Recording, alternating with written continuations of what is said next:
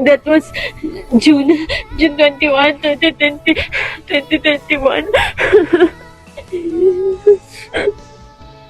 Kaya ayaw kong buksan tong 6-year cellphone ko kasi nandito yung mga alaala ng visit. Gusto ko sana maghanap nung picture ko na dati nakulot pa ako yung buhagang tapos busy tapos ito yung nakita ko.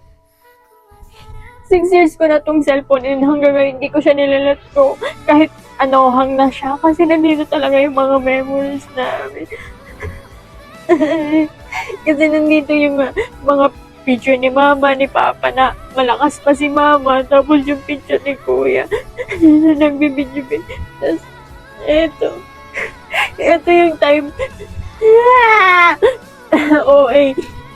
ito yung time na na hospital si kuya, na operahan siya sa appendix, tapos nakaligtas pa siya, tapos nung umuwi siya, hindi pala yun yung papatay sa kanya.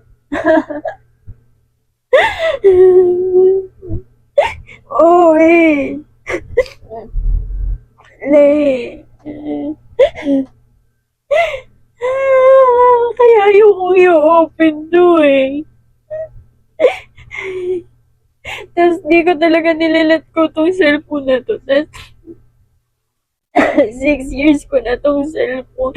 Nandito din yung malakas po si mama. Ayan Sorry. Gusto ko lang naman hanapin yung kulot na kulot tapos buwaghag ko. Like nasa lumang bahay pa kami. Yung bahay namin si mama. Guys, tingnan niyo yung bahay lang namin dati. Ganito lang yung bahay namin dati. Tapos ngayon, meron na, at least paano, maayos na yung bahay namin. Like, yun yung tinatawag na, banggirahan sa nguya. Lang siya, mga kawayan. Tapos eto dito, lang siya, sako. Yan sako ako pag gumawa yan. Kasi yung, namin, sira-sira na lamesa. Nandito yung lahat ng memories namin. Ito yung lumang bahay namin.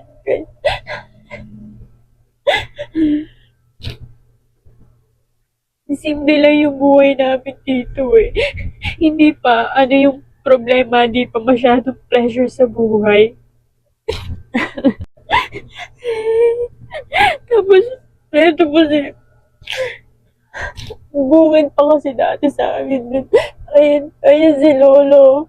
Wala na siyang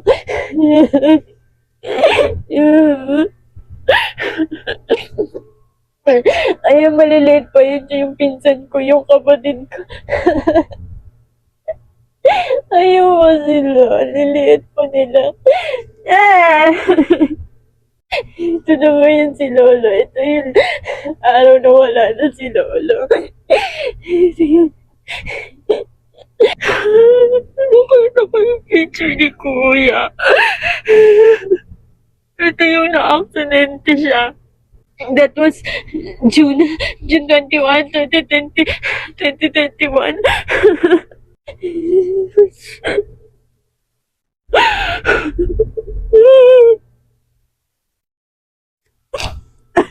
Ayoko na buksan tong cellphone sa gallery. Ayoko na. Ang sakit.